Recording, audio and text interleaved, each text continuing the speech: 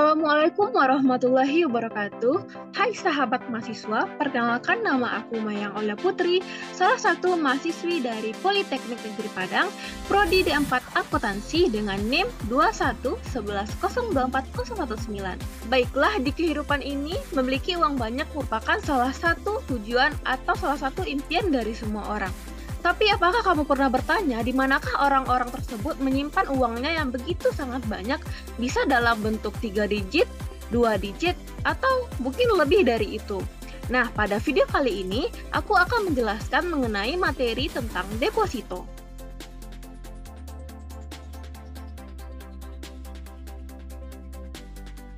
Sebelumnya, kita harus mengetahui apa itu deposito. Pengertian deposito menurut Undang-Undang Nomor 10 Tahun 1998 tentang perbankan, deposito adalah simpanan yang penarikannya hanya dapat dilakukan pada waktu tertentu berdasarkan perjanjian nasabah penyimpan dengan bank.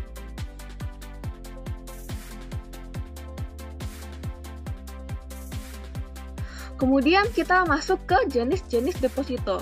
Nah, jenis utama dari deposito ada dua. Yang pertama ada deposito berjangka dan sertifikat deposito. Deposito berjangka adalah salah satu produk simpanan yang paling banyak digunakan di Indonesia. Produk ini memiliki jangka waktu. Untuk penarikannya sendiri dapat dilakukan pada waktu yang telah disepakati antara pihak deposan dan juga pihak bank. Jangka waktunya sendiri beragam, mulai dari 1 bulan, 3 bulan, 6 bulan, 12 bulan, hingga 24 bulan. Deposito berjangka biasanya diterbitkan sesuai dengan nama baik perorangan maupun lembaga. Penarikan bunga deposito berjangka ini dapat dilakukan secara tunai ataupun pemindah bukuan, dan setiap bunga depositonya akan dikenakan pajak sesuai dengan jumlah bunga yang diterima. Sedangkan sertifikat deposito sama juga halnya seperti deposito berjangka. Deposito ini memiliki penerapan jangka waktu, di mana perbedaannya hanya terdapat adanya sertifikat keterangan dari deposito itu sendiri dan dapat diperjualbelikan atau dipindah tangankan kepada orang lain. Perbedaan lainnya yaitu dari segi pencairan bunganya, karena sertifikasi deposito dapat dilakukan di muka. Nah, untuk deposito on call yaitu deposito yang satu ini adalah deposito yang berbentuk setoran yang akan digunakan untuk penyedia setoran, untuk deposan yang memiliki dana besar, dan untuk waktu yang terbilang singkat. Untuk periodenya sendiri berada di angka 7-30 hari. Karena itu, bentuk setoran ini biasanya akan diterbitkan dengan nama pemilik sehingga tidak dapat diperjualbelikan. Untuk besaran bunganya sendiri, pada deposito on call, ini biasanya dihitung per bulan, dan untuk menentukan jumlah bunganya terlebih dahulu dilakukan negosiasi antara nasabah serta pihak bank.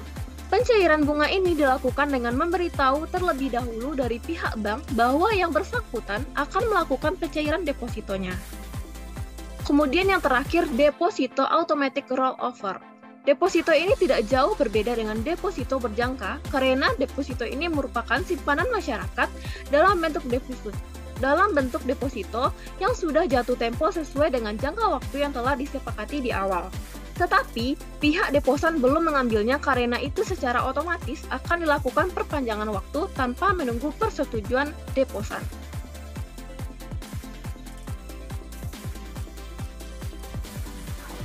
Nah, kemudian apa saja sih keuntungan dan kerugian kita apabila kita melakukan deposito di bank? Nah, yang pertama, aku akan membahas keuntungan dari deposito yang terdapat 3 poin.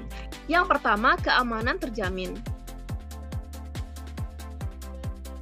Ketika kita menyimpan uang di rumah, tentu saja dengan jumlah yang banyak akan sangat membahayakan, termasuk keselamatan kita, karena kriminalitas atau perampokan. Nah, tentu saja dengan menyimpan di bank itu merupakan salah satu memanfaatkannya fasilitas deposito. Sama halnya seperti menabung, di mana keamanannya dijamin oleh LPS atau Lembaga Penjamin Simpanan. Jadi kita tidak perlu khawatir terhadap hal-hal yang tidak diinginkan, maka uang kita juga terproteksi keamanannya. Yang kedua, resiko yang rendah. Bagi kita yang tidak ingin terkena sembarangan risiko, maka deposito merupakan pilihan yang tepat dibandingkan dengan menempatkan uang di pasar saham yang harganya akan terus berubah.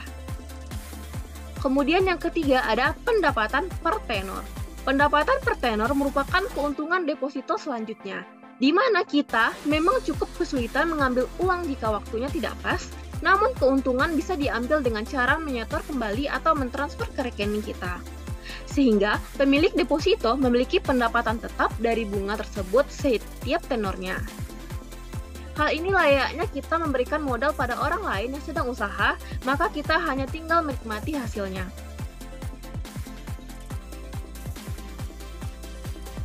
Lalu, kerugian dari deposito. Yang pertama, kita tidak terlibat atau Anda tidak terlibat. Dalam deposito, kita sebagai pemilik dana tidak terlibat dalam pengelolaan dana tersebut. Bisa jadi keuntungan yang didapat sangat besar dan juga berlimpah. Namun karena ada pihak bank yang mengelolanya, sehingga kita hanya dapat menikmati bersihnya saja. Yang kedua, tergerus inflasi. Kita semua tahu nilai uang dari hari ke hari terus menurun. Dan kita menghadapi yang namanya harga barang atau kebutuhan pokok yang semakin mahal. Lalu uang yang nilainya sama dengan sebelumnya, tiap hari ini atau semakin hari nilainya lebih sedikit untuk dapat membeli barang.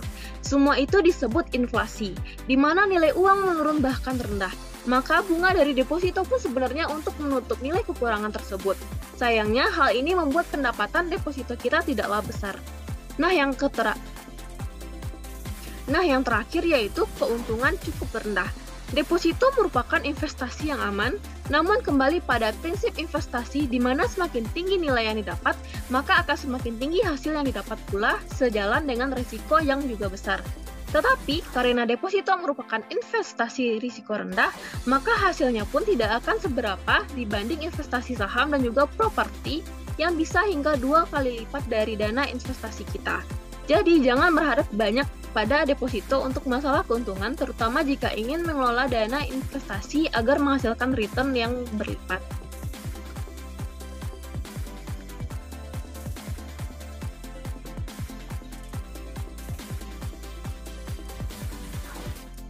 Nah, kemudian masuk ke mekanisme pembukaan deposito. Yang pertama yaitu mengisi formulir pembukaan rekening khusus deposito. Yang kedua, membawa identitas diri berupa KTP ataupun SIM. Yang ketiga, memilih jangka waktu deposito, misalnya 1, 5, atau sampai 10 tahun.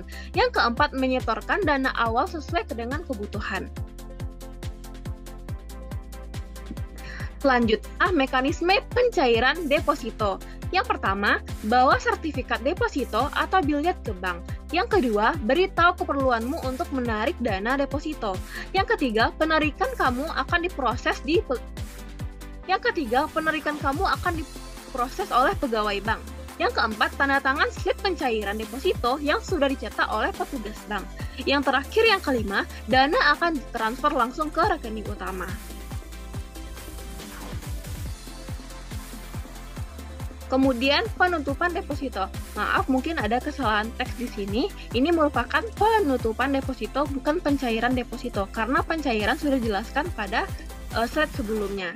Nah, yang pertama, ambil nomor antrean bagian customer service, walau hendak ditarik tunai harus melalui CS dulu. Nah, yang kedua, tunggu nomor dipanggil. Ketiga, saat dilayani, kepada customer service serahkan semua persyaratan dan katakan mau menutup deposito. Yang keempat, mengisi formulir yang diberikan atau dikasih oleh pihak bank. Yang kelima, jika uang hendak diambil dikas, silahkan menemui teller. Jika tidak, tabungan masuk ke rekening afiliasi dalam bentuk saldo.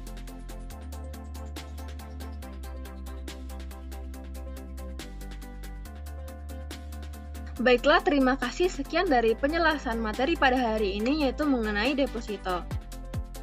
Dan jangan lupa untuk tonton video selanjutnya. Bye-bye!